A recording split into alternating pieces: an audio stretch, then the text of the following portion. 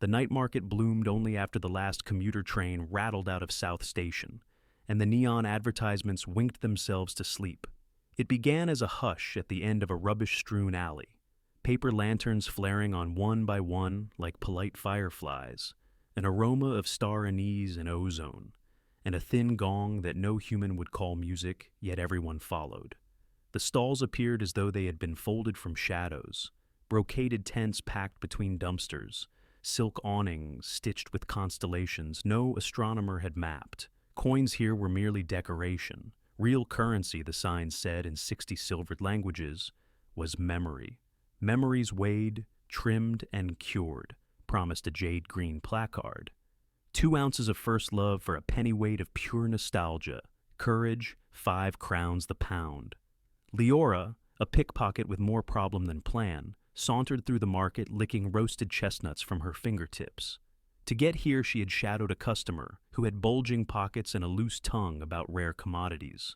Her rule was uncomplicated, pockets heavy, conscience light. The market's sorceress reputation scarcely troubled her.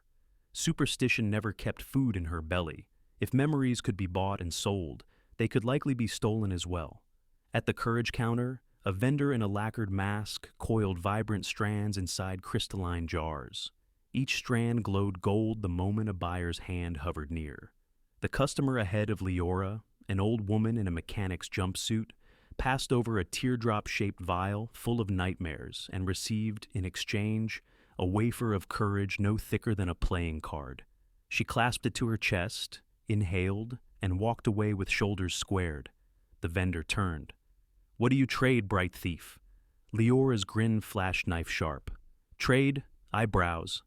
She flicked her wrist.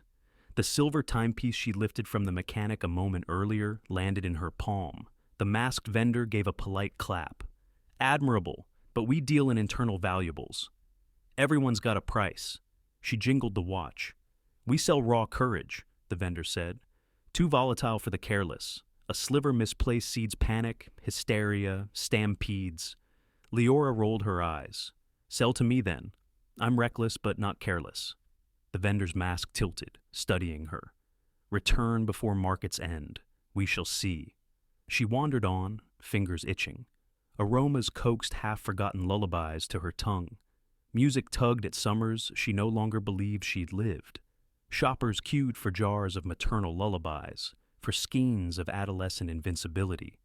Beside a cart of smoked eel, she passed a stall labeled Collective Courage, Municipal Reserves. The sign swung lazily. Nobody guarded it. Beneath, a brass scale balanced a hefty glass sphere the size of a cantaloupe, glowing brighter than any lantern. Threads inside coalesced and separated like glints on water. Leora's pulse quickened. One sphere sat untended, practically begging to be lifted. She checked the darkness for watchers, found none but a pair of stray cats, and slid the sphere into her satchel with the practiced motion of a street magician. Weighty, but not unmanageable.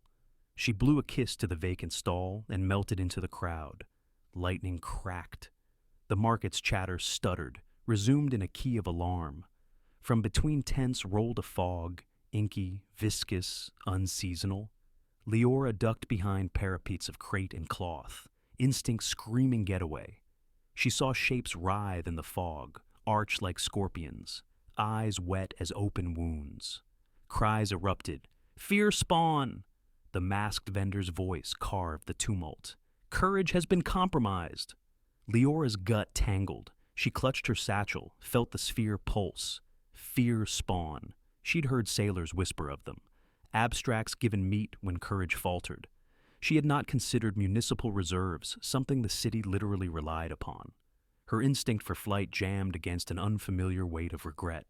Still, she sprinted, weaving past overturned stalls and panicked shoppers.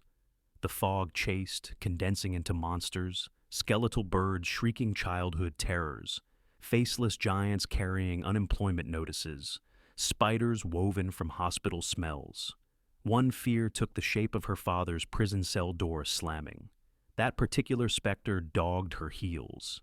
She needed high ground and time to think. She vaulted a chain-link fence, scrambled onto a fire escape, and reached the tenement rooftop. Below, the city convulsed, Streetlights flickered, car alarms sobbed, and fear spawn multiplied, siphoning dread from every scream. Leora tugged the sphere free. The glass no longer glowed gold. It guttered an anemic gray. She tried to pry open a seam. There was none. The object was seamless, perfect, yet she sensed a hairline crack in the energy inside, as if the courage were hemorrhaging. "Genius, Leora," she muttered. "You stole all the brave left in town." A police drone buzzed overhead, paused, then jerked away when a cloud of moth-shaped anxieties battered its rotors. If official forces couldn't manage their own dread, help was unlikely.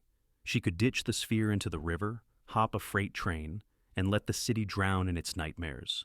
Except terror, once unleashed, traveled. She pictured fear spawn riding freight cars, spreading like mold to the next stop and the next, until her own nightmares found her no matter where she fled. Running, for the first time, felt inadequate. Below, sirens wailed. A toddler's cry spiraled into raw panic, amplified by the monsters feasting on it. Leora's chest tightened. If courage was her loot, then responsibility apparently was the bill. She needed to return the sphere to the market. But how? Vendors were scattering. The portal between hours could shut any minute. Without the collective courage installed, fear spawn would guard every alley to the market. She needed assistance more potent than her own 3 tricks of pickpocketing, sarcasm, and sprinting. "Think," she scolded herself. Thinking belonged to the unafraid, but fear swarmed her thoughts like gnats. Her heartbeat turned into a drumline of worst-case scenarios. Footsteps clanged up the ladder. A woman in the mechanic's jumpsuit appeared, breath ragged, palms glowing faintly gold. The wafer of courage she'd purchased hovered at her chest like a halo. "You took the reserves," the woman accused. She was middle-aged with oil streak on her cheek, but her gaze held a level head steel. "Borrowed," Leora hedged. "Plan to return it. Better be now. Fear spawn ate my neighbor's dog while it barked." She climbed fully onto the roof and spread calloused hands. "Name's Orla. I fix trains. You?" "Leora. I swindle strangers." "At least you're honest tonight, thief," Orla said. "Good start. Any way to reinstall that globe?" "I'd ask the vendor, but I suspect they're busy screaming." Orla tapped the wafer. "I've got a personal ration of courage left. Keeps the fear spawn from sniffing me easy. You?" Leora snorted. "Runs in short supply." Orla studied her, then sighed. "Fine. We need a route. The market sits under the overpass. That's 3 blocks crowded with phobias turned carnivorous." As if summoned, a lamppost creaked and unfurled legs, becoming a lanky figure robed in darkness. Its bulb head flickered. Down the street, more such silhouettes prowled. Orla dug in her tool bag, produced a rivet gun, and loaded a cartridge glowing same gold as her wafer. Courage-infused rivets. Bought them to keep a ghost train from derailing last winter. Might stun these bastards. Leora's eyebrows danced. "You carry magic rivets around?" "City maintenance contracts are broad," Orla shrugged. "Come on." They descended into the turmoil. Orla's wafer radiated a bubble of calm, large enough for 2. Leora stayed inside its radius, sphere hugged to her chest. Fear spawn hissed at the border. One lunged. Orla fired a rivet through its phantom skull. It burst into husks of night that tattered on the wind. "Works," Orla said tersely, "but limited ammo." "I might lighten your load." Leora's fingers flicked up a spare rivet cartridge, pickpocketed from Orla's bag a step prior. She passed it back, cheeks reddening. Orla barked a laugh, equal parts exasperated and impressed. At Crosswell and 3rd, they found a barricade of cabs where drivers trembled behind doors. The fear spawn had shaped into oversized tax forms gnashing paper teeth. One latched onto a windshield, drilling claws of overdue bills. The driver inside wept apologies to accountants past. Orla's courage rivets scattered the forms into ticker tape. Passers-by nestled within the bubble, sobbing thanks. But the more people they sheltered, the thinner the courage field stretched. "Can't take everyone," Orla warned. "No," Leora agreed, pain twisting her belly. She had created this mess. She'd fix it even if others suffered meantime, but she refused to increase that suffering by false hope. "Market first, rest follows." They pushed on, Suddenly the wafer dimmed. Orla staggered. From rooftops, a colossal crow assembled from every teenage social humiliation, swooped, beating wings that sounded like jeering laughter. Leora grabbed Orla's elbow. Cartridge almost spent? Wafers fading. Courage leaks as your globe stabilizes nothing. The crow circled. Its talons brandished rumors and cruel nicknames. Leora's breath froze. She flashed back to high school bullies stuffing her into a locker, the smell of bleach and loneliness. She wanted to run. Instead, she forced herself to focus on something factual. The crow's chest glowed faint, perhaps a note of fear she could exploit. Orla, the rivet, hit its core. My aim's shot when I'm shaking. Then give me the gun. Orla hesitated. Trust me, Leora said, though trust was a currency she had rarely earned. Orla surrendered the tool. The crow plummeted. Leora steadied, drawing from a pocket of bravery so small she only now discovered it. She fired. The rivet, singing with latent courage, pierced the glowing node. The crow shattered into sparks of self-doubt that rained harmlessly. Orla gasped. Good shot! I once hurled darts at barboards to pay rent, Leora said, wiping sweat. But the wafer guttered again. Only an ember remained. They were a block from the overpass. Fear spawn clustered around the entrance like flies. The market entrance appeared dilapidated now. Lanterns snuffed, awnings torn. The masked vendors stood amid wreckage, their garments shredded, still guarding the portal. Around them, fear spawn prowled, a hydra of cancer diagnoses, a worm wrought of elevator claustrophobia, flames shaped from housefire memories. Leora approached, clutching the globe. Monsters snarled but hesitated, sensing food beyond and yet repelled by the vendor's iron calm. You, the vendor said without warmth. Thief. Returning the merchandise, she said, and placed the globe on a marble dais. It is cracked, the vendor observed. Courage must be reforged using its catalyst. Meaning? Someone must enter the globe, the vendor explained. Face the city's fears one by one, soldering courage to each breach. Orla shot Leora a look. That someone is obviously you. I guessed. Leora swallowed. What happens inside? Time will dilate, the vendor answered. Minutes outside, eternities within. Lovely? Fearspawn pressed closer, emboldened as Orla's wafer extinguished. The vendor produced a ceremonial chisel, tapped the globe. A hatch irised open, light spilled, alluring and terrifying. Leora's toes tingled. She thought of leaving again, let them find another hero. But no, she realized, the city's courage felt oddly like her own lost birthright. Maybe fixing it could finally let her belong somewhere, not just slip through crowds unseen. She handed Orla the rivet gun. Cover me. Do it quick, pickpocket. Leora stepped into the hatch. Instantly, she stood inside an endless hall of mirrors, each reflecting a different neighborhood. Monsters crawled through corridors, gnawing on reflections of people's faces. Fear eating identity. From distant recesses came a voice. This is your maze! Great, Leora muttered and started walking. First chamber. She stood in the hospital where her mother died, fluorescent lights flickering. A doctor approached with a chart that bled red. Leora's knees buckled at the smell of antiseptic. She had never been there, too young, kept away by relatives, but her imagination had built the scene for years. Now the doctor's face warped into a skull, the lights extinguished. She remembered Orla's words.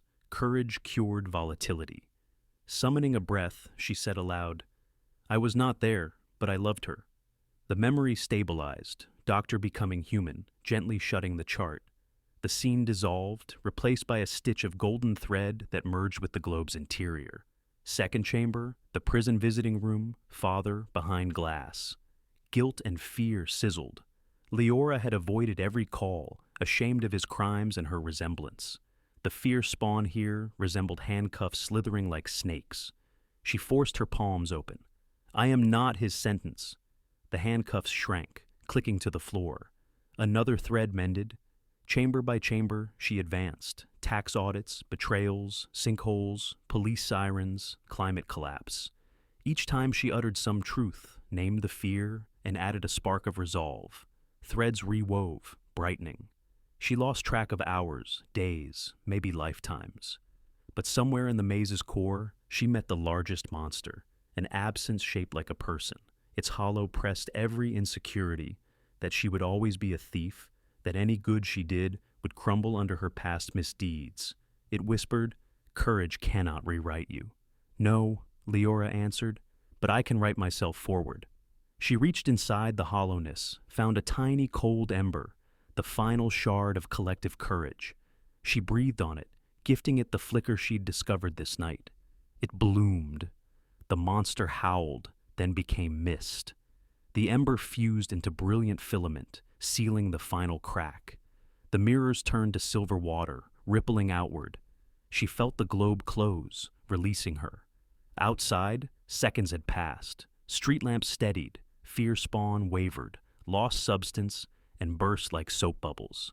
Dawn's first rumble tinted clouds blush pink. The city exhaled. Leora stepped from the globe, trembling, sweat-drenched. Orla caught her. The vendor replaced the sphere on its scale. It glowed molten gold once more. "Debt settled," they declared. "In fact," they added, retrieving a coin etched with a phoenix, "credit earned." "What's that?" Leora croaked. "A marker for a favor," the vendor replied. "You showed uncommon restitution. The market remembers." Wind-carried sirens transitioning from panicked wails to routine hum. Children peeked from windows. A dog barked without being devoured.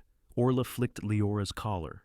"City maintenance could use someone with your acquisition skills, if properly directed." Leora coughed a laugh. "You offering me a job, mechanic? Don't push it, but maybe a fresh start." Orla held out a hand. Leora, once expert at taking, considered the novel act of accepting. She placed her palm in Orla's. Around them, lanterns faded as dawn claimed responsibility, and the night market packed its impossible tents away. Still, the perfume of star anise lingered, promising an aftertaste of wonder to those willing to taste. The city awoke unaware of how close it came to drowning in dread, yet somehow lighter, as though a thief had returned something precious in the quiet hours. Leora slipped the phoenix coin into her pocket, already weighing its possibilities. Above the skyline, the last fear spawn dissolved into sparks and courage, purchased, stolen, mended, rose with the sun.